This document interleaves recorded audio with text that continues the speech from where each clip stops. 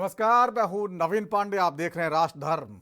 तो देश का बजट आ चुका है और मिडिल क्लास बम बम है। मोदी सरकार का ये तीसरे कार्यकाल का पहला बजट जो कह रहा है वो बहुत सारे इशारे कर रहा है।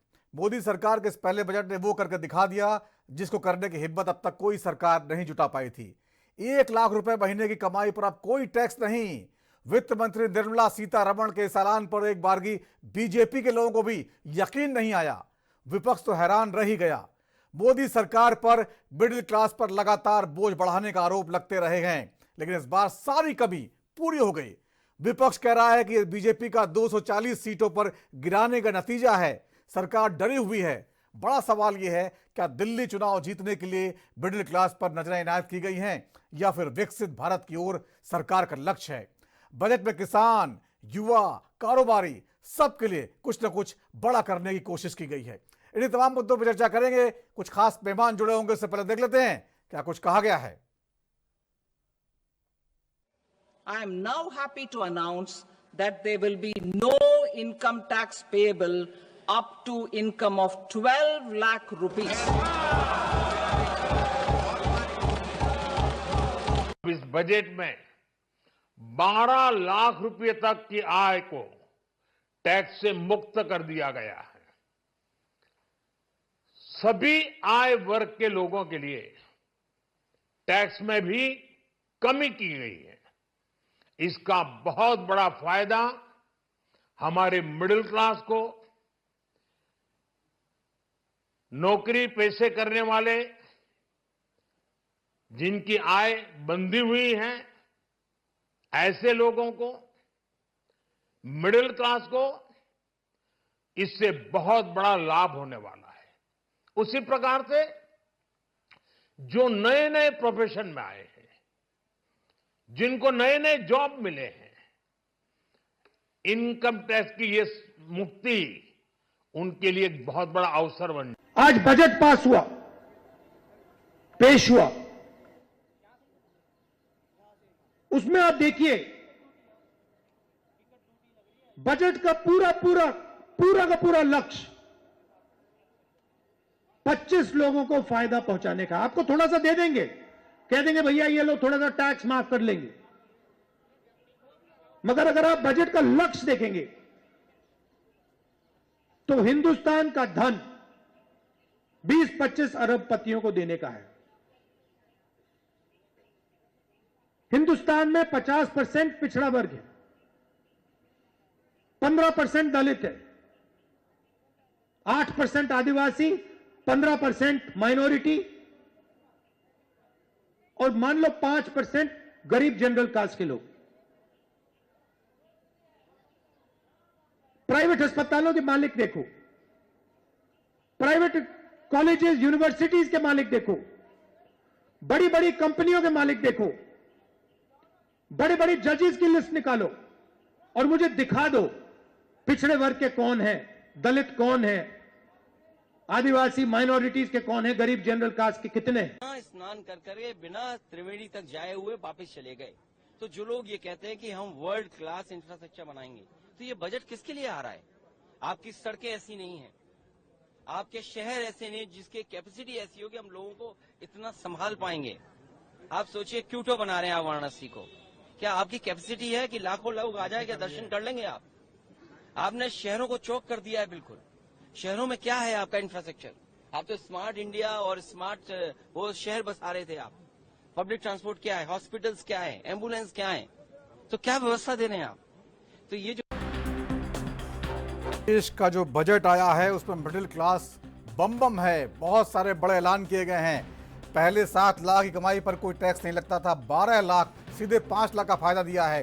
पिछले 4 साल का आईटी रिटर्न एक साथ भर सकते हैं। सीनियर सिटीजन के लिए टीडीएस की सीमा 50,000 से बढ़ाकर 1 लाख कर दी गई है। न्यू इनकम टैक्स बिल अगले हफ्ते लाया जाएगा। क्या कुछ होगा इसमें ये पता लगेगा।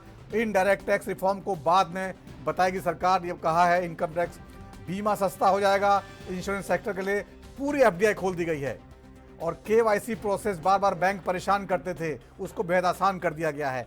देश के 50 बड़े पर्यटन स्थल डेवलप किए जाएंगे। सरकार पूरा फंड देगी और कैंसर की दवाइयां सस्ती होंगी। इसके अलावा 36 और दवाइयां सस्ती करने का ऐलान किया गया। जीवन रक्षक दवाइयां ये पूरी तरह से टैक्स ड्यूटी फ्री कर दी गई हैं। सभी सरकारी स्कूलों में ब्रॉडबैंड कनेक्टिविटी होगी और डिजिटल एजुकेशन को बढ़ावा मिलेगा। मेडिकल कॉलेज में अगले 5 साल में 75,000 सीटें भरी जाएंगी। बड़े डॉक्टर बनकर तैयार होंगे। और किसानों के लिए मसूर तुअर की दाल में बड़ा पैदावार की गुंजाइश की गई। कपास की पैदावार बढ़ाने के लिए 5 साल का मिशन तैयार किया गया। यानी बहुत बड़े बड़े ऐलान हैं। सरकार का पैसा कहां से आएगा, कहां जाएगा? सबसे पहले समझ लीजिए कहां से आएगा पैसा।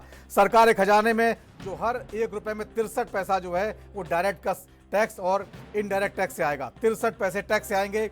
28 पैसे कर्ज और अन्य देवदारियों को जो ब्याज है उससे आएगा। 7 पैसे विनिवेश जैसे नॉन टैक्सिंग सोर्सेज से आएंगे।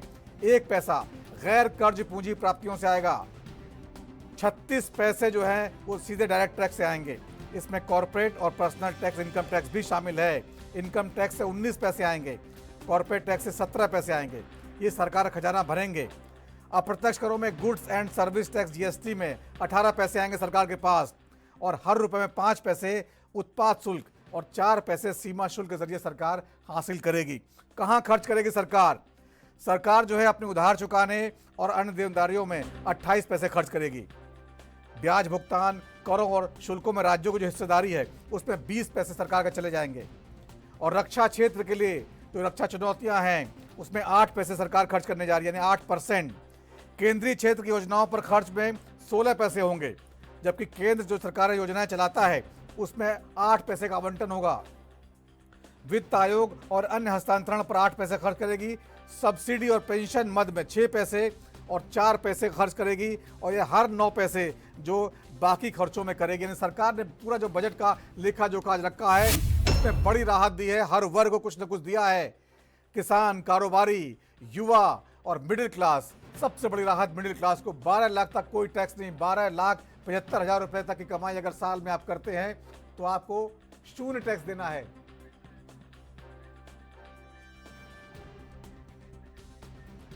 तो इन सब मुद्दों पर चर्चा करेंगे। कुछ खास मेहमान हमारे साथ हैं, उनके पास चलेंगे, बातचीत का सिलसिला शुरू करेंगे। आखिर क्या ये टैक्स, बार बार जो विपक्ष कह रहा है ये चुनाव के लिए बनाया गया है, लेकिन केवल एक राज्य के चुनाव के लिए मोदी सरकार इतना बड़ा फैसला कैसे ले सकती है?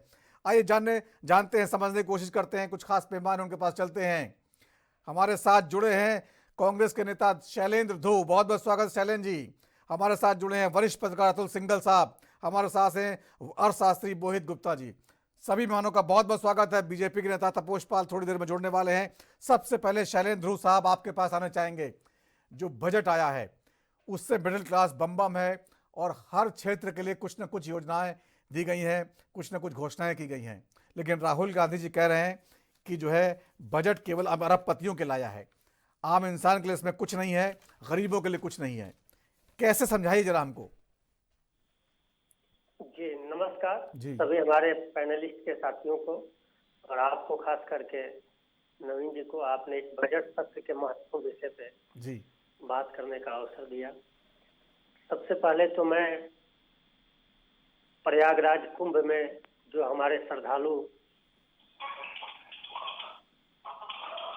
जो घटना हुई है, जो भी हमारे श्रद्धालु मौन अमावस्या के दिन सम्मिलित होने आए थे माँ गंगा का दर्शन करने, उनका स्नान करने, उसमें जो घटना हुई है निश्चित रूप से सरकार उसमें पूरी तरीके से फेल हुई है। उन सभी श्रद्धालुओं के प्रति मेरी संवेदना है, उनके परिवार के प्रति गहरी संवेदना है। उनको प्रकृति भगवान उनको इस दुख को सहन करने की शक्ति दे, क्योंकि संख्या अभी भी सरकार जाहिर नहीं कर पा रही है। लेकिन जो तमाम चैनल के माध्यम से, आप सबके माध्यम से जो, और वहाँ के लोकल हमारे साथी हैं, अन्य लोग भी हैं जो बता रहे हैं, उससे ये महसूस भी हो रहा है और जग जाहिर है, आपने भी देखा होगा कि ये घटना बड़ी हुई है। काफी लोग इसमें हाँ, इस पर लगातार हम कार्यक्रम करते रहे हैं शैलेंद्र जी, लगातार करते रहे, बताते रहे हैं। तो और मैं पूरे दिन उनको बताते रहे। आज भी संसद में जो हंगामा वो बताता था। आप बजट पे बात करिए हमसे। बजट पे राहुल गांधी रिएक्शन दे रहे हैं, उस पर बात करिए। मैं अब इतनी बड़ी घटना है, अगर उन बहुत बड़ी घटना है और हमने लगातार कार्यक्रम चलाए हैं और आपके कांग्रेस के नेताओं ने लगातार उसमें रिएक्शन दिए हैं।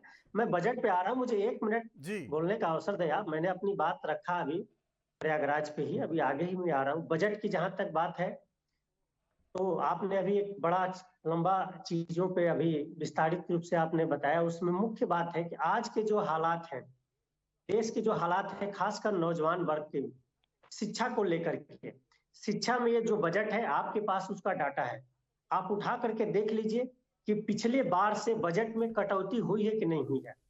इस बार कटौती हुई है, 2.53% जो है शिक्षा में कटौती की गई है। इवन वेलफेयर सोसाइटी का जो सरकार की तरफ से हमारे विकलांग भाइयों को, महिलाओं को, माताओं को, नौजवानों को छात्रवृत्ति स्कॉलरशिप जो दी जाती है, उसमें भी कटौती की गई है। ये ऑन रिकॉर्ड है। तो मुझे समझ में नहीं आ रहा है कि किस तरीके से ये बजट जो है आम जनता का बजट कह रही है सरकार।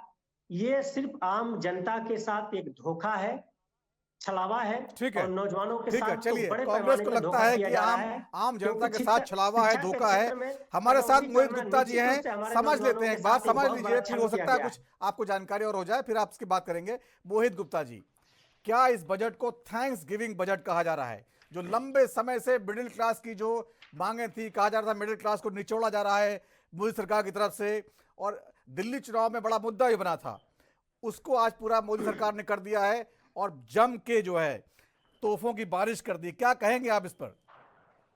जी देखिए, आज मिडिल क्लास के लिए एक दिवाली से बड़ा उत्साह देखने को मिलेगा। उन्होंने देखिए जी, आज जो वित्त मंत्री ने निर्मला सीतारमण ने मोदी 3 का जो पहला बजट प्रस्तुत किया, उसमें जो उन्होंने लोगों को सौगात बांटी है, वो एक अपने में एक काबिलिय तारीफ है मेरे हिसाब से। आज हम सुबह जब दूसरे चैनलों पे एनालिसिस कर रहे थे कि बजट में से हमारी क्या अपेक्षाएं हैं, तो हर कोई आदमी लाख 2 लाख की बात कर रहा था। पर अगर आप देखेंगे 7 लाख से 12 लाख का सफर एक ही बारी में, एक ही झटके में कर देना बिना सोचे समझे, तो वो एक बहुत बड़ा अपने में पॉलिसी मेकर्स को जो कॉन्फिडेंस जाहिर होता है वो दर्शाता है उनका। देखिए जी, इससे पहले फाइनेंशियल ईयर 2019 में उन्होंने जब मोदी 2 आया था, तब उन्होंने ऐसी ही रिलीफ जो है वो उन्होंने कॉर्पोरेट टैक्स को दिया था, जब कॉर्पोरेट टैक्स के रेट 30% से गिरा के 25 और 22% करे थे। उसी तरह ये लार्जर देन लाइफ उन्होंने सौगात मिडिल क्लास को दी है। और ये मिडिल क्लास बहुत सालों से दुहाई कर रहा था सरकार से कि हमें कुछ रिलीफ दिया जाए। हर साल सरकार कुछ स्लैब रेट्स में ट्वीट कर देती थी, या स्टैंडर्ड डिडक्शन को कभी 25,000 से बढ़ा के 50,000 से बढ़ा के 75,000 कर देती थी। बट ये जो है 7 लाख से 12 लाख नो टैक्स, ये एक बहुत बड़ा बोनांजा है मेरी नजर में। बाजार का जो शेयर बाजार का सेंटिमेंट आया मोहित जी, वो थोड़ा सा जो है उतना अच्छा नहीं था। क्या कारण था? शेयर बाजार को क्यों पसंद नहीं आया ये बजट? ठीक है जी, शेयर बाजार जो बजट होता है, बजट सरकार की नीतियों का प्रतीक होता है। ये जो नीतियां हैं, आगे 5 साल का रोड मैप सरकार तैयार करती है। ये एक दिन की बात नहीं है।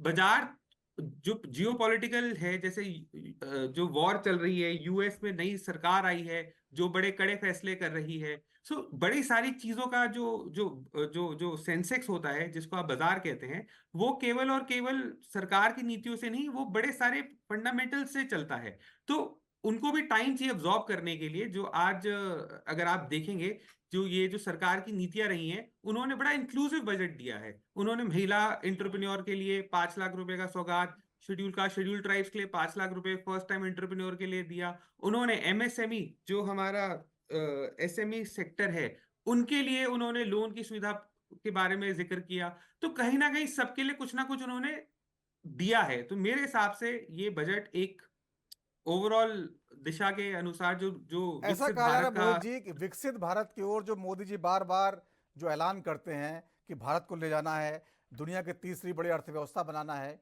आपको लगता है जो बजट आज आया है ये उस ओर कोई कदम एक बढ़ता हुआ दिखाई दे रहा है? बिल्कुल, मेरा ये जरूर मानना है। अगर आप देखेंगे, जो निर्मला सीतारमण ने जब स्पीच शुरू करी थी, तो उन्होंने बोला था कि उन्होंने जो जो सरकार की पॉलिसी के बारे में बताया था टैक्स को लेके, उन्होंने कहा था कि हमें लोगों को ऊपर ट्रस्ट दिखाना है, हमें जो स्क्रूटनी होती है उसको बाद में रखेंगे, पहले हम लोगों पे ट्रस्ट करेंगे। तो ये एक बहुत स्ट्रांग मैसेज देता है लोगों के प्रति कि सरकार का जो वो है, तो मतलब मेरे को लगता है कि जो ट्रांसपेरेंसी है वो काफी उभर कर सामने आई है। ठीक है, अतुल सिंघल जी हमारे साथ, वरिष्ठ पत्रकार। सिंघल साहब, बार बार दिल्ली चुनाव की बात हो रही थी। दिल्ली में करीब 50% जो है मध्य वर्ग है और बहुत बड़ा वोटर है जो इनकम टैक्स भरता है। करीब 40 लाख जो लोग हैं जो सीधे टैक्स भरते हैं इनकम टैक्स का। इतना बड़ा ऐलान करना, आपको लगता है ये दिल्ली चुनाव के मद्देनजर है दिल्ली चुनाव भी उसके कहीं नज़र में रहा होगा। पूरे देश के लिए बजट बना, जैसे बिहार के लिए बहुत बड़ी बड़ी घोषणाएं की गई हैं। तो कहीं ना कहीं बीजेपी के दिमाग में रहा होगा कि दिल्ली चुनाव जीतना है, 26 साल हो गए नहीं जीत पाए। ये एक तुरुप का इक्का डाला उन्होंने। आपका माइक बंद है, इसको ऑन कर लीजिए।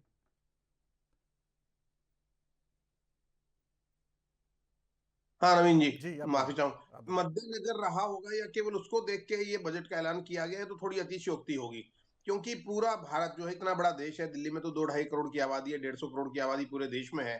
सबका ध्यान रखना है और निश्चित तौर पर प्रधानमंत्री को देखना भी। और मध्यम वर्ग की ये मांग थी कि जिस प्रकार से नौकरी पेशा लोग हैं, आप भी नौकरी पेशा हैं, हम भी नौकरी पेशा हैं, टीडीएस कटता है, सबसे पहले टैक्स दिया जाता है, तो एक राहत दी गई है। 12 लाख रुपए या 12,75,000 रुपए नौकरी पेशा लोगों को इसमें बजट में छूट मिलेगी, जो मध्यम वर्ग के लिए। क्योंकि जिस प्रकार से महंगाई है, आम दिनों दिन के खर्चे हैं, तो इतना तो लोगों को चाहिए था और एक बड़ा कदम सरकार की तरफ से कह सकते हैं। दूसरी बात मेरा ये मानना है कि जो शेयर मार्केट है, इसको संवेदनशील सूचकांक सूचकांक बोलते हैं और ये बैरोमीटर है सरकार की नीतियों का। बावजूद उसके 700 750 पॉइंट जो मुंबई स्टॉक एक्सचेंज का सूचकांक है वो बढ़कर बंद हुआ है। तो निश्चित तौर पर ये एक अच्छी ग्रोथ है, क्योंकि पिछले अगर हम एक महीने में जाएं तो लगातार सूचकांक में गिरावट थी। और अगर हाईएस्ट लेवल से देखा जाए तो जहां तक मेरी जानकारी है 10% ये सूचकांक गिर चुका था। आज इस सूचकांक का बढ़ना इस बात को इंगित करता है कि सरकार की नीतियां ठीक दिशा में जा रही हैं।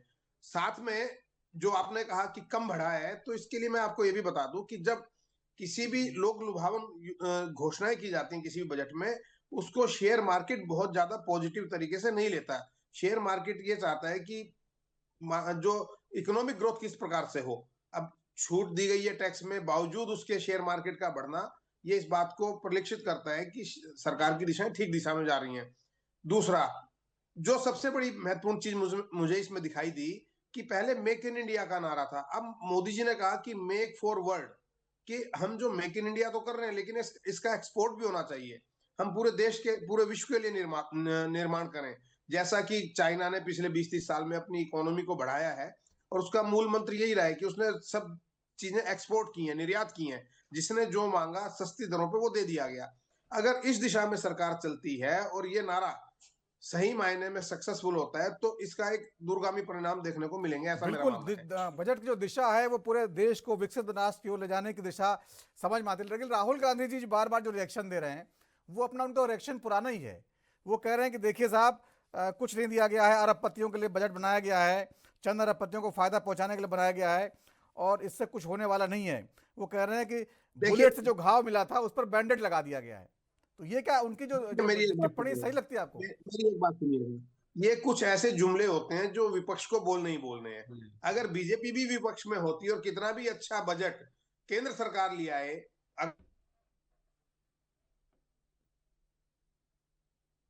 लगता संपर्क चला गया उनका। जी शैलेंद्र जी, कुछ कहना चाह रहे हैं आप? हमारे साथी ने काफी उन्होंने महत्वपूर्ण चीजों को चर्चा करके बता रहे थे। मैं इनसे पूछना चाहता हूं कि आज राष्ट्रपति जी के 59 मिनट के भाषण में, 59 मिनट्स के भाषण में वक्तव्य में जिन शब्दों का जिक्र एक बार भी नहीं किया गया है, और आज देश की महत्वपूर्ण मुद्दे हैं, मणिपुर के मुद्दे पे कोई चर्चा नहीं हुई कि वहां को लेकर के क्या बजट में है, बेरोजगारी को लेकर के क्या इनकी योजनाएं हैं, बजट में कहीं नहीं दिखा है दूर दूर तक। गिरता जो रुपया है, हमारा देश का पैसे की स्थिति देखिए आप, कितना स्तर गिर गया है, क्या 86 रुपया समथिंग हो गया है, कितना दुर्भाग्यपूर्ण है। महंगाई चरम पे चली गई है सर।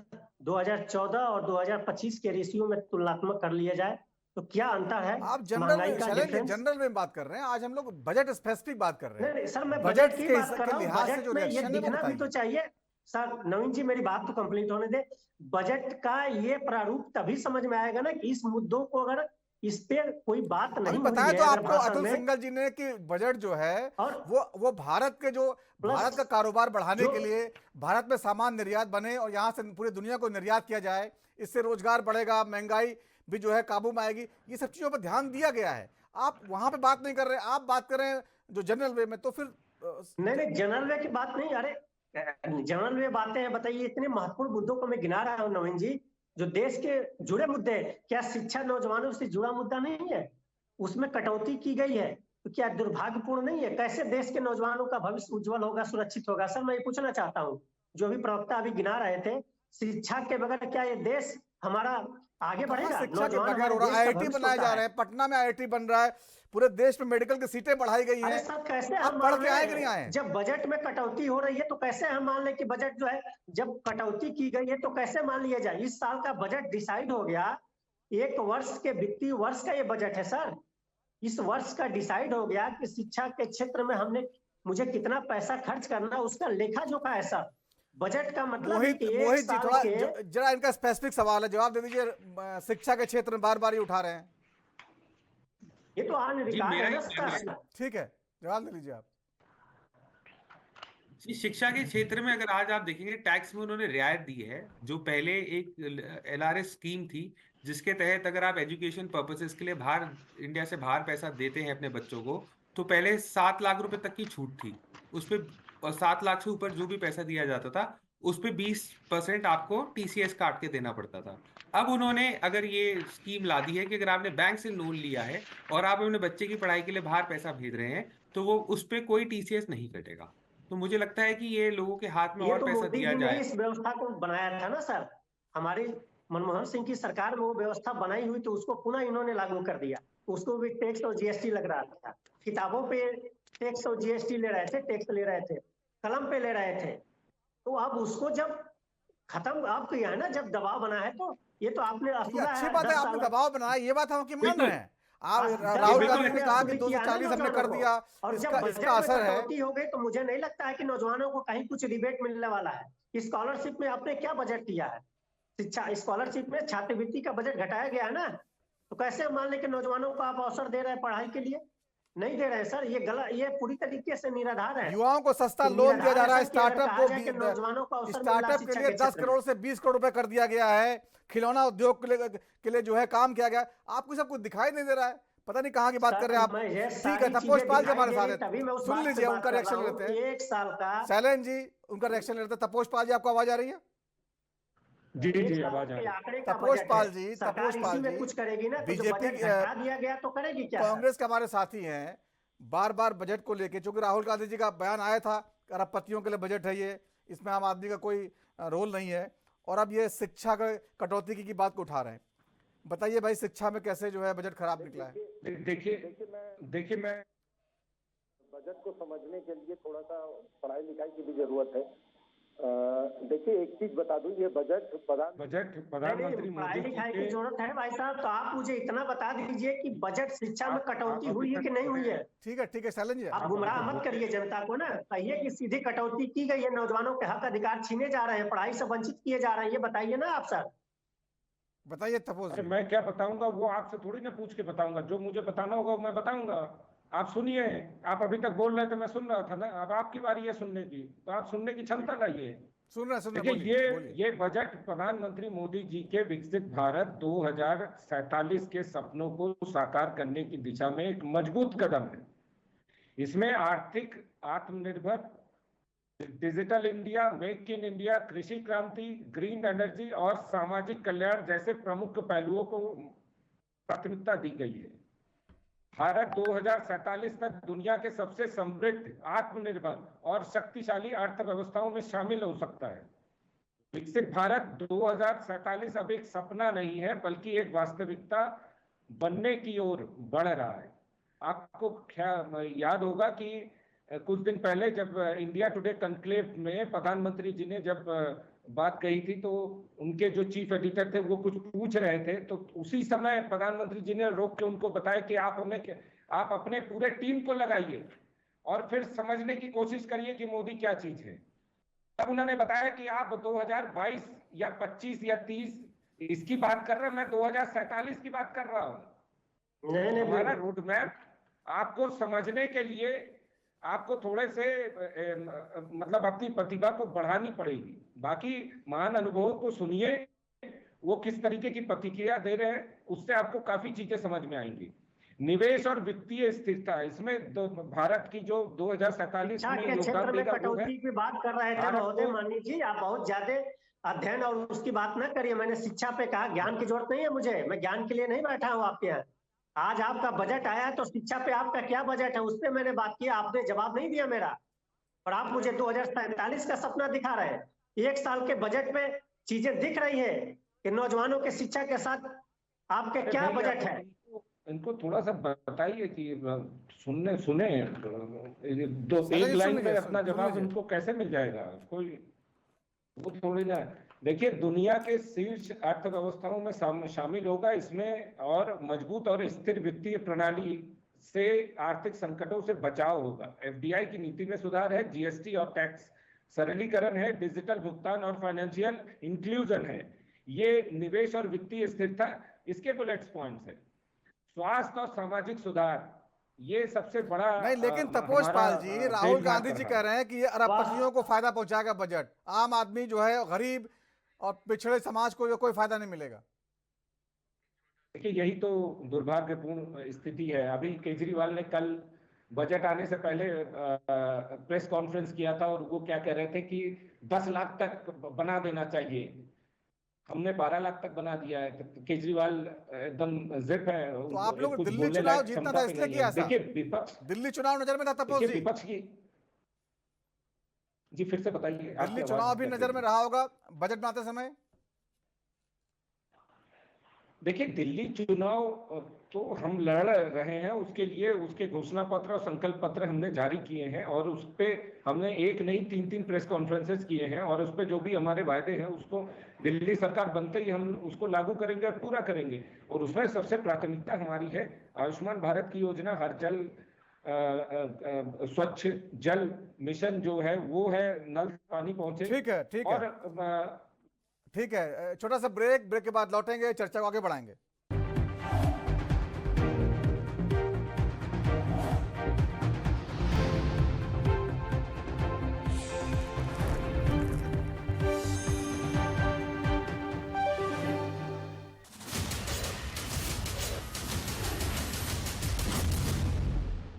तो ब्रेक के बाद राष्ट्र धर्म में एक बार फिर आपका स्वागत है। आज बात कर रहे हैं जो बजट पेश किया है मोदी सरकार के तीसरे कार्यकाल का पहला बजट, जिसने मिडिल क्लास को बेहद खुश कर दिया। अब तक माना जा रहा था मिडिल क्लास काफ़ी दबाव में है।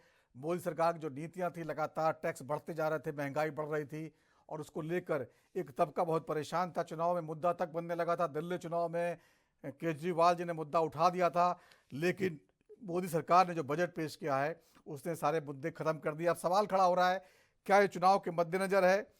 लेकिन केवल एक राज्य के चुनाव के लिए पूरे देश को इतनी बड़ी राहत देना, ये भी जो है तर्क समझ में नहीं आता। इन तमाम मुद्दों पर चर्चा करें, कुछ खास मेहमान हमारे साथ हैं, एक बार फिर उनके पास चलते हैं। तपोष पाल जी है नेता बीजेपी के, शैलेंद्र ध्रुव है नेता कांग्रेस के, अतुल सिंघल साहब है वरिष्ठ पत्रकार, और अर्थशास्त्री है मोहित गुप्ता जी। मोहित गुप्ता साहब, एक बार फिर आपको पाना चाहूँगा, जिस तरह से बजट से 3-4 समस्याएं जो देश के सामने बड़ी इस समय हैं, महंगाई और रोजगार, जो जिससे आम आदमी परेशान है, आपको लगता है ये बजट रोजगार बढ़ाने वाला है, महंगाई घटाने वाला है, लोगों की जेब में पैसा आएगा, बचेगा? देखिए जी, लोगों की जेब में सरकार ने पैसा जरूर दिया है। अब लोग उस पैसे का क्या इस्तेमाल करते हैं वो उनका ये निजी मामला है। जो जो जो टैक्स में जो रियायत दी गई है 7 लाख से, आज 1 लाख रुपए का, अगर आप 12 लाख रुपए कमाते हैं तो आपको तकरीबन 1 लाख रुपए का फायदा सरकार ने एडिशनल दिया है। अब इस पैसे से अगर आप कंजम्पशन करना चाहेंगे तो वो पैसा इकोनॉमी में ही आएगा, उससे मैन्युफैक्चरिंग सेगमेंट और अदर सेगमेंट्स को बूस्ट ही मिलेगा। और अगर वो पैसा अगर जो मध्यम वर्ग है उसको बैंक में एफडी कराना चाहता है या स्टॉक मार्केट के थ्रू निवेश करना चाहता है, तो उससे भी वो बैंकिंग चैनल के थ्रू आएगा, कहीं ना कहीं वो देश की अर्थव्यवस्था को स्ट्रेंथन ही करेगा। तो मुझे नहीं लगता कि ये जो परिवर्तन लाए गए हैं इसका कुछ डाउनसाइड आएगा। लेकिन महंगाई बढ़ेगी, जब बाजार में पैसा ज्यादा आता है, जेब में पैसा होता है, खर्च होता है, तो महंगाई बढ़ती है। जी, महंगाई भी बढ़ेगी, महंगाई के साथ साथ जो इंडिया की जो जीडीपी है वो भी बढ़ेगी। तो हर चीज के 2 पहलू होते ही होते हैं। तो ये देखने का विषय रहेगा कि जो लोग हैं, जो अतिरिक्त पैसा आ रहा है उसका कैसे उसको उपयोग करते हैं। किसानों की बात बार बार की जा रही है, किसानों के लिए बहुत सारे काम किए गए हैं, और किसान क्रेडिट कार्ड से लेकर बड़ी बड़ी योजनाएं जो है वो, आपको लगता है कि कृषि क्षेत्र में सुधार आएगा इससे? बिल्कुल, अगर आज लोगों की जेब में पैसा आएगा तो वो जो जैसे रूलर लोग हैं या जो रूरल सेक्टर में रहते हैं, जो जहाँ पे भी रहता है अर्बन हायर उसमें जाता है, उनकी परचेजिंग पावर बढ़ेगी। तो आज सरकार ने जो नीतियां फार्मर के जो उनको लोन के लिए जो इजी लोन और अवेलेबल लोन जो कराया है, उससे जरूर उनकी उससे फायदा होगा उन्हें कहीं ना कहीं। ठीक है, अतुल सिंघल साहब हमारे साथ हैं। सिंघल साहब, जिस तरह का बजट है, बार बार ये कहा जा रहा है कि विकसित भारत की ओर जो मोदी जी ले जाना चाहते हैं उसकी ओर ये कदम है। आपको इसमें इतना बड़ा जो है दृष्टिकोण दिखाई देता है, या केवल सियासी तौर पर ही देखें इसको? देखिए, सियासी तौर पर देखना तो उचित नहीं होगा। और अभी जो कांग्रेस के प्रवक्ता बार बार एजुकेशन के बजट की बात कर रहे थे, मैंने अभी आपने जब ब्रेक लिया तो मैंने गूगल पे सर्च किया, 6.5%, 6.65% जो है एजुकेशन के अंदर बजट बढ़ाया गया है। 1,28,000 करोड़ रुपए एजुकेशन के लिए दिए गए हैं। सभी चीजों का ध्यान रखा है। और जब जैसे अब आपने महंगाई की बात की इससे पहले कि महंगाई बढ़ेगी, तो मैं भी इकोनॉमिक्स का छात्र रहा हूं। हमने उसमें ये पढ़ा है कि inflation is better than deflation, कि थोड़ी जो महंगाई अगर बढ़ती है स्नेह स्नेह, तो वो ज्यादा बेहतर है कि मंदी की मार झेलने के। तो इसलिए थोड़ी महंगाई तो हमेशा, ये तो एक अच्छी इकोनॉमी का संकेत है। और जिस प्रकार से मोदी जी कह रहे हैं कि इसको तीसरी अर्थव्यवस्था बना देंगे, मुझे लगता है कि जिस तरीके से चला जा रहा है और जैसे अर्थव्यवस्था के अंदर एक उछाल आया है, और ये जो टारगेट उन्होंने लिया है उसको वो जल्द पूरा भी कर लेंगे। साथ में जो रोजगार की बात करते हैं, अभी हमारे साथी बात कर रहे थे, रोजगार के अवसर तो निश्चित तौर पर जब किसी भी निर्माण का कार्य होता है फैक्ट्रियों के अंदर, केवल सरकारी रोजगार या सरकारी नौकरी लगना ही रोजगार नहीं है। क्योंकि रोजगार देने वाला आपको बनना चाहिए, ना कि रोजगार मानने वाला। तो इसी दिशा में सरकार ने जो मेक इन इंडिया का उन्होंने दिया था, या कुटीर उद्योग का जो काम किया था, एमएसएमई का जो फॉर्मूला था, वो इसी लक्ष्य को लेकर चल रहे हैं। तो मुझे ऐसा लगता है कि जब रोजगार बढ़ेगा, जब इंडस्ट्री बढ़ेंगी, जब आप एक्सपोर्ट करेंगे, जब मेक इन इंडिया का नारा सफल होगा, तो निश्चित तौर पर इसके रोजगार भी बढ़ेंगे। और ये तो क्योंकि सालाना विषय है बजट का, तो अगले साल फिर बजट आना है, तो अभी तो एक साल का विजन सरकार लेके चल रही है। और ये भी बता दें कि अभी तो सरकार को अगले 4 साल और काम करना है।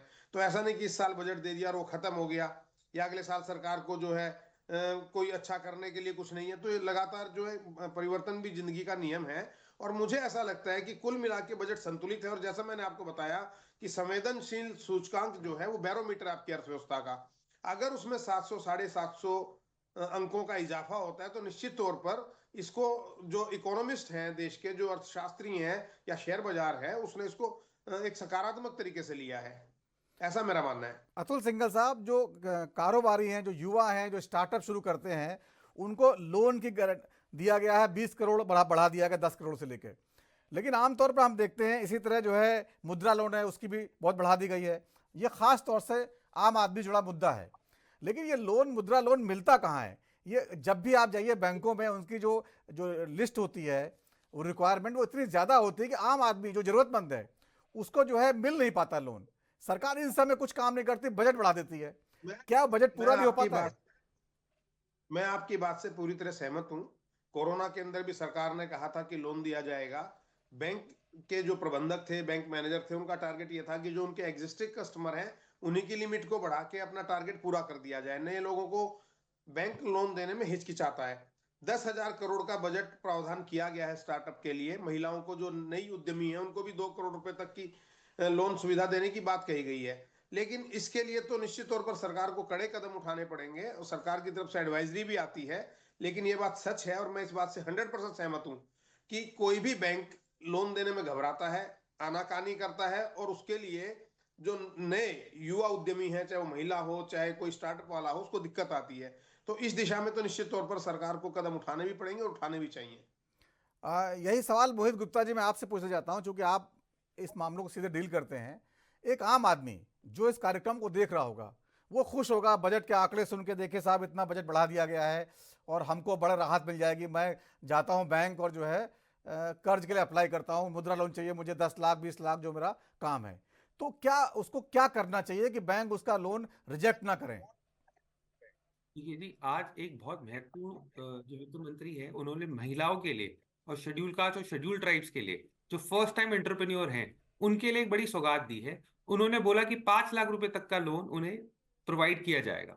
जैसा कि जी बैंक एक हमारे देश में गवर्नड है आरबीआई से, और उनके जो नॉर्म्स होते हैं लोन देने के लिए, कागज पत्री, आपका सिविल स्कोर, आप क्षमता रखते हैं नहीं रखते, सरकार एक नीतियां बनाती है। नहीं बट मोहित जो जी, मैं डिसबर्स यहां पर एक बार बता दूं, जो प्राइवेट लोन है, पर्सनल लोन है, वो फौरन मिल जाता है। मोबाइल पे इतने ऑफर आते हैं कि बटन दबाते ही आपको कोई कागज नहीं चाहिए, और पर्सनल लोग आपको लेने के लिए रात दिन वो मैसेज करते रहते हैं। लेकिन सरकार का जो लोन है, मुद्रा लोन, वो नहीं मिल पाता है। मैं वहां की बात कर रहा हूं मेरे आपसे। साथ मेरे हिसाब से इसके लिए तो जो हमारे कांग्रेस के प्रवक्ता या जो विपक्ष बैठी है, उन्हें जोर शोर से ये मुद्दा उठाना चाहिए। उनके लिए तो आई थिंक मुद्दा ये ठीक है, विपक्ष के लिए मैं केवल ये जानना चाहता हूं बैंक को क्या चाहिए होता है आम आदमी से, कि वो कौन से कागज लेके आए मुद्दा जिससे उठेगा लोन तो आप लागू करेंगे, मतलब ये सिर्फ आपका जुमला ही है। जो बजट है इसको मान लें कि जुमला है। शैलेश जी, हम थोड़ा गंभीर डिस्कशन कर रहे हैं, हल्की हल्की पॉलिटिकल बातें थोड़ा सा आम दर्शक को समझने दीजिए बजट जरा। मैं कुछ बोला, उसके लिए उन्होंने हमारे ही कहा दोस्त कि जो हैं, विपक्ष के लोगों से उसके फिर हम आपको बुलाएंगे किसी दिन, आप खूब अपना बयानबाजी करिएगा, थोड़ा समझने दीजिए जरा। आम आम दर्शक अगर कुछ लेके जाए इस कार्यक्रम से। मोहित गुप्ता जी, मुझे बताइए, मैं लोन बैंक लेने जाऊं, मुद्रा लोन, तो बैंक क्या क्यों रिजेक्ट ना करे मुझे? मैं क्या कागज लेके जाऊं, क्या गारंटी मेरे पास होनी चाहिए, बता दीजिए थोड़ा सा। देखिए जी, उसके अंदर सबसे पहले लगता है आपका पैन कार्ड। अगर आपने पैन बनवाया हुआ है, चाहे आप रिटर्न फाइल करें या ना करें, पैन आपके पास होना आवश्यक है। दूसरा, वो देखते हैं कि आपके पास स्थायी एड्रेस है, या तो आप रेंट पे रह रहे होंगे या अपने घर में रह रहे होंगे, तो बिजली का बिल किसके नाम पे है। ठीक है।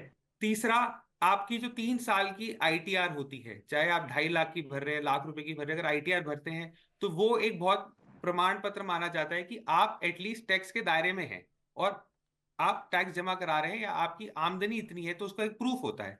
तो अगर आप बैंक के पास पैन, आधार, प्लस ये आपकी आईटीआर, बैंक स्टेटमेंट्स, अगर ये 4-5 तरीके के कागजात आप लेके जाते हैं, तो मुझे नहीं लगता है बैंक के पास कोई कारण होगा लेकिन रिजेक्ट लेकिन करने का। लेकिन मोहित गुप्ता जी, जो बेरोजगार है, जिसको मुद्रा लोन हाँ। लेके रोजगार करना है, उसके पास इनकम बैलेंस होगी कहाँ जो वो इनकम टैक्स दिखाएगा? जब युवा है, वो अभी वो कॉलेज से निकला है, उसे कोई कारोबार करना है, वो कहाँ से लाएगा जो है इनकम का प्रूफ जो है 3 साल के? यही तो सवाल है। देखिए रोजगार, जी, युवा कुछ तो युवा कैसे कागज। लोन के अप्लाई करे? हाँ, तो आज तभी तो घोषणा हुई है ना कि जी जो 5 लाख का लोन है, अब लोन में आसानी, जो ईज ऑफ डूइंग बिजनेस है, उसके तहत अब जो, देखिए जी, ये परिवर्तन है। जो बैंक्स भी हैं वो भी सीख रहे हैं, उनकी भी नीतियां बन रही हैं। तो आई थिंक अब ये एक पॉजिटिव माइंडसेट के साथ वो भी इसको एक नए नजरिए से देखेंगे, और मुझे लगता है कि एक आम आदमी की जिंदगी आसान होती नजर आती है। ठीक है तपोष पाल जी, जो सरकार की जो नीतियां होती हैं, जब वो जमीन पे आती हैं, लागू होती है, वहां पर जो है बहुत सारी दिक्कतें होती हैं। उन दिक्कतों को भी सरकार को देखना और पार्टी को देखना, ये बड़ा काम है। देखिए, अभी आप जो प्रश्न पूछ रहे थे, तो मैं एक चीज बता दूं, प्रधानमंत्री स्वनिधि योजना है, इसके तहत जो स्ट्रीट वेंडर्स हैं उसको 50,000 रुपए तक कोलेट्रल फ्री लोन ये दिया जाता है, जो आपका क्वेश्चन था। तो स्वनिधि योजना के कोलेट्रल तो आप अंतर्गत नहीं अगर मांग आप रहे हो, आते लेकिन हैं आप और 3 साल का आईटीआर मांग रहे हो। वो गरीब आदमी आईटीआर भरता ही नहीं, वो कहां से लाएगा? नहीं है सर, उसमें नहीं है। प्रधानमंत्री स्वनिधि योजना को अगर आप तो पढ़ेंगे क्या तो लेके उसमें जाए हमने बैंक स्ट्रीट में? वेंडर, तपोष पाल जी, मुझे बता दीजिए, कोई जो कारोबारी या कोई छोटा उद्यमी जो करना चाहता है, वो इस कार्यक्रम को देख रहा हो, तपोष पाल जी उसको क्या बताएंगे कि भाई क्या क्या कागज लेके बैंक चले जाओ, रिजेक्ट नहीं होगा, हो तो मुझे फोन कर देना। नहीं, मैं बैंक में तो काम करता नहीं हूँ, तो मुझे उसके पूरे डिटेल्स नहीं मालूम है। मैं लोन सैंक्शन भी नहीं करता हूँ। हाँ, कुछ चीजें हैं कि जैसे आपको प्रधानमंत्री जनधन योजना के तहत अगर आपका 0 बैलेंस अकाउंट खुला होगा, जो कि पहले खुला ही नहीं था, इतने साल हो गए थे, लोगों को मुख्यधारा से जोड़ा नहीं गया था, वो अपने ट्रांजैक्शन कैश में करते थे, तो हमने जनधन योजना के तहत उनको बैंकों के तहत जोड़ा, और जोड़ने के बाद फिर उसकी स्कीम्स को लागू किया। तो कई लोगों को ऑटोमेटिकली ये स्कीम्स में वो चले आते हैं, जैसे ही उनके जनधन अकाउंट खुलते हैं, और प्रधानमंत्री स्वनिधि योजना पे चले जाते हैं। इसके अलावा विश्वकर्मा योजनाएं हैं, उसमें भी लोन प्राप्त होते हैं, मुद्रा योजना है, उसमें भी लोन प्राप्त होते हैं। देखिए, जब इस तरीके से सरकारी चीजें होती है, जो कोलैटरल मतलब एक तरीके से देखा जाए कि सरकार एग्जैक्ट नीडियों को जब सपोर्ट देने की कोशिश करती है, उसमें क्या होता है, बहुत भारी तरीके से करप्शन होने के बहुत ज्यादा चांसेस होते हैं। इसीलिए इस तरीके के जो लोन होते हैं उसमें अच्छे तरीके से इन्वेस्टिगेशन की आवश्यकता होती है।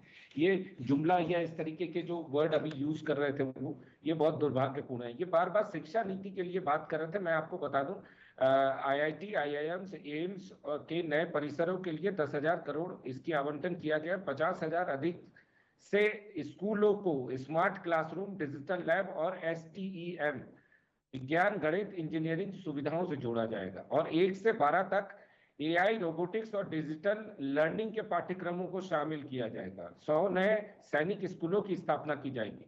ओवरऑल अगर शिक्षा का बजट आपको लेना है तो शिक्षा क्षेत्र के लिए 1.25 लाख करोड़ से अधिक का बजट आवंटित किया गया है। उसमें सबसे महत्वपूर्ण यह है कि नई शिक्षा नीति NEP 2020 को पूरी तरीके से लागू किया जाएगा, जिसके लिए अधिक निवेश की आवश्यकता है। स्कूल, विश्वविद्यालय, व्यावसायिक शिक्षा केंद्रों पर के विस्तार में जबरदस्त जोर ये दिया जाएगा। 5G स्मार्ट क्लास के लिए 5,000 करोड़ के प्रावधान है। इसके अलावा AI, blockchain, cyber security, data science पर फोकस करने के लिए डिजिटल के नए कोर्सेस शामिल किए जाएंगे। आपको याद होगा इनके जो वित्त मंत्री थे वो मजाक उड़ाते थे कि 2 रुपए का आलू खरीदेंगे और उसके लिए हम UPI ट्रांजैक्शन करेंगे। आज देखिए UPI ट्रांजैक्शन में नंबर 1 है इंडिया, और उसके लिए बहुत ज्यादा हम लोगों ने प्रयास किया और उसके बाद आज इस स्टेज पे है। मुझे जवाब देने का मौका मिले। ट्रांजैक्शन से सबसे बड़ा फायदा ये होता है कि नकली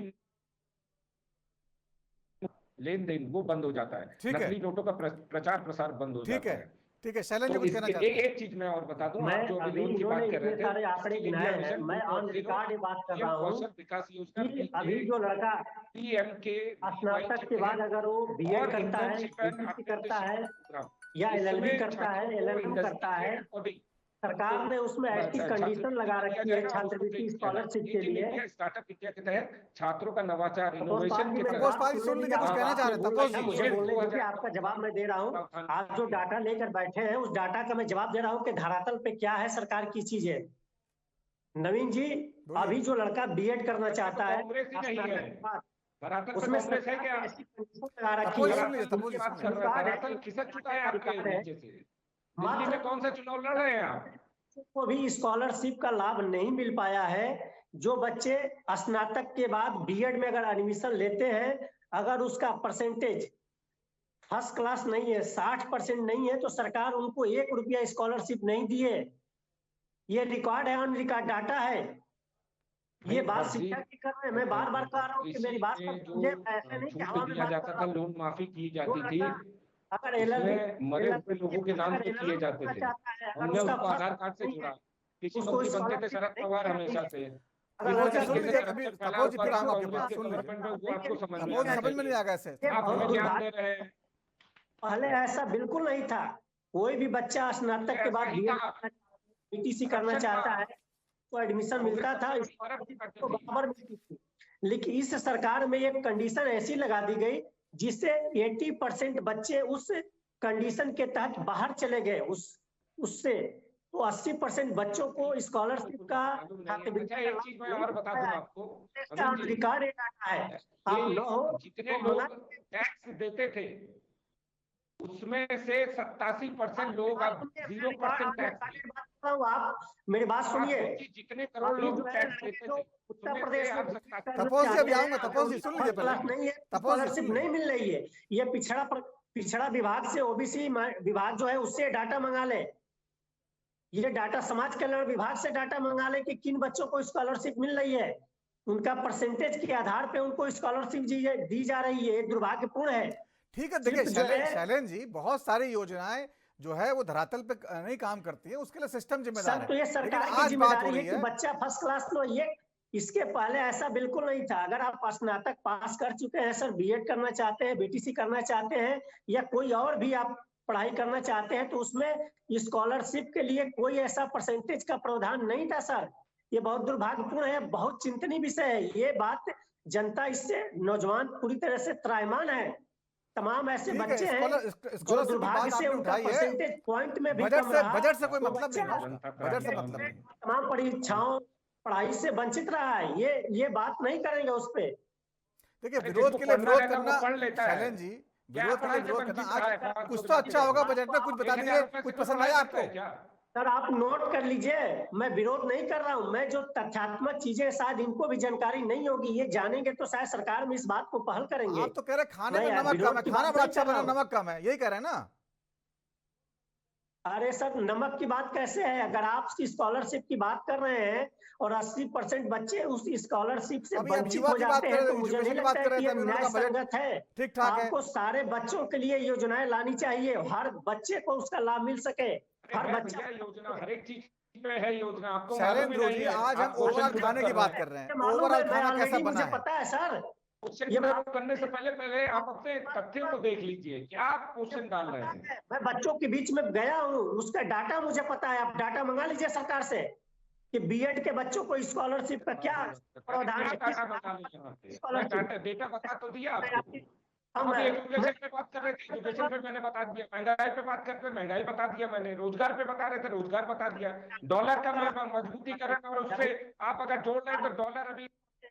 पाल जी देखिए शैलेंद्र जी, हम आज बात कर रहे हैं खाना, एक दावत में खाना कैसा बना है, कितनी तरह के डिश हैं, कौन कौन से अच्छे खाने बने, सबको खाना पसंद आया। आप कह रहे साहब जो सब्जी बनी थी उसमें नमक कम था, तो एक नमक कम था उसके लिए पूरे खाने को थोड़ा आप खराब कर देंगे ना? बजट में अभी अच्छा स्वास्थ्य में बता दें, स्वास्थ्य में बजट क्या दिया इन्होंने?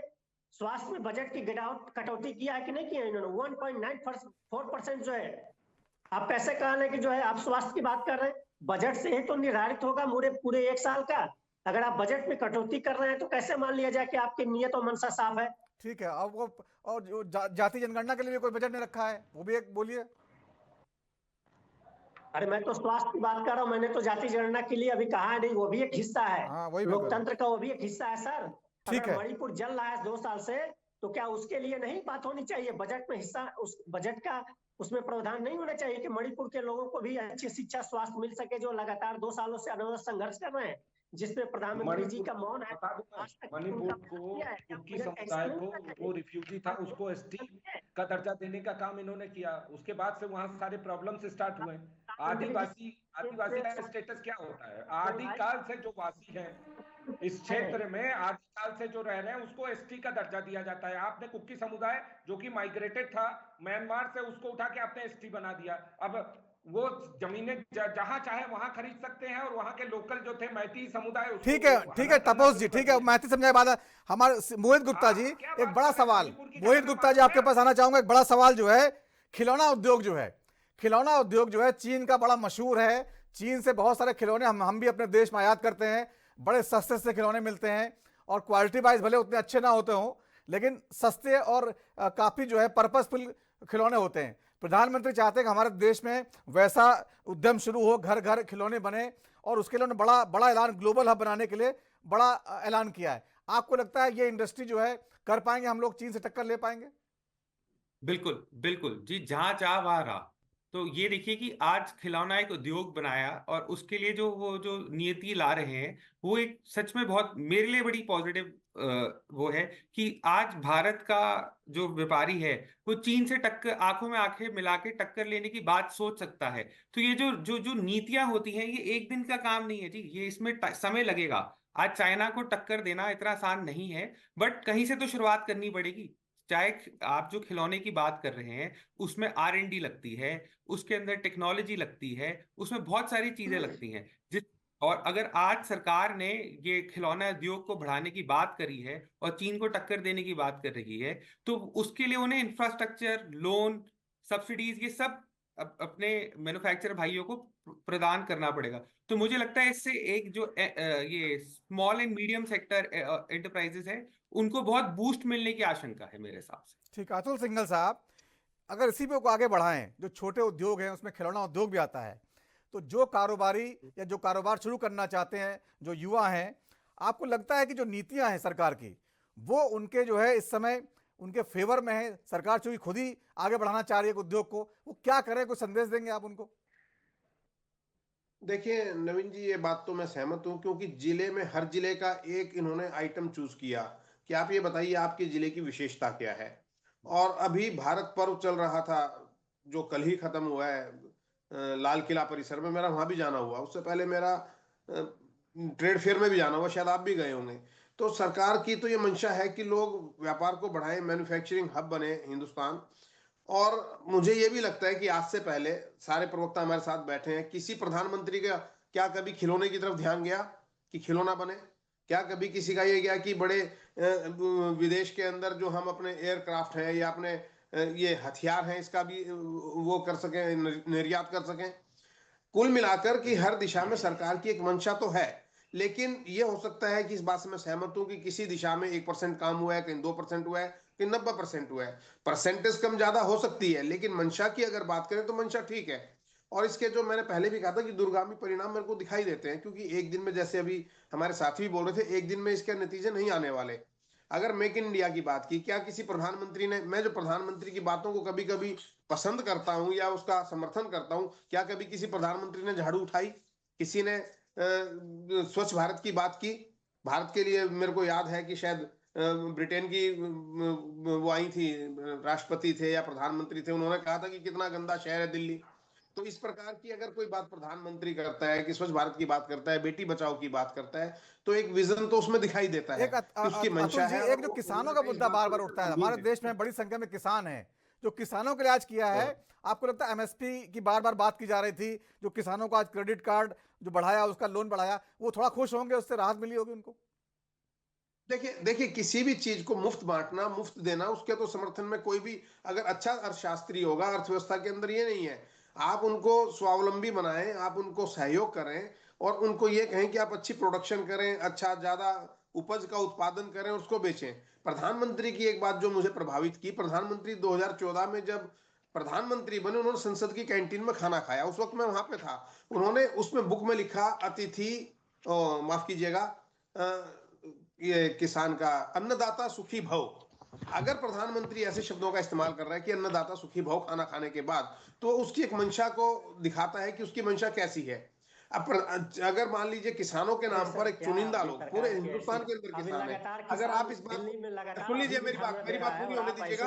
अगर आप पूरे हिंदुस्तान, मेरी बात को पूरी होने दीजिएगा। अगर आप हिंदुस्तान की बात करेंगे नवीन जी, पूरे हिंदुस्तान में किसान है। क्या आंध्रा में किसान नहीं है? क्या कर्नाटक में किसान नहीं है? केरल में मैं घूमा हूं, पता नहीं दूसरे प्रवक्ता गए या नहीं गए, केरल के अंदर मैंने देखा, केरल के अंदर किसान है, खेती होती है। क्यों केवल एक स्टेट के किसानों को इससे आपत्ति है? लागू किया क्या आपने? अरे आप मेरी बात सुनिएगा, पूरे हिंदुस्तान की बात हो रही है। क्या केरल के, आप ये बताइए, क्या केरल के किसानों ने कभी प्रदर्शन किया? क्या कर्नाटक के किसानों ने कभी प्रदर्शन किया? क्या आंध्रा के किसान कभी दिल्ली की तरफ? ठीक है, समय खत्म हो गया। तो जिस तरह से बजट आया है, किसान हैं, उद्योगपति हैं, युवा हैं, बेरोजगार हैं, सबको कुछ ना कुछ देने की कोशिश की है, लेकिन विपक्ष अभी भी जो है वो लगातार हमला कर रहा है। बहुत बहुत धन्यवाद चर्चा में शामिल होने के लिए सभी मेहमानों का। तो राजदर में आज इतना ही। वक्त छोटे से ब्रेक का है और ब्रेक के बाद भी खबरों का सिलसिला जारी रहेगा। नमस्कार।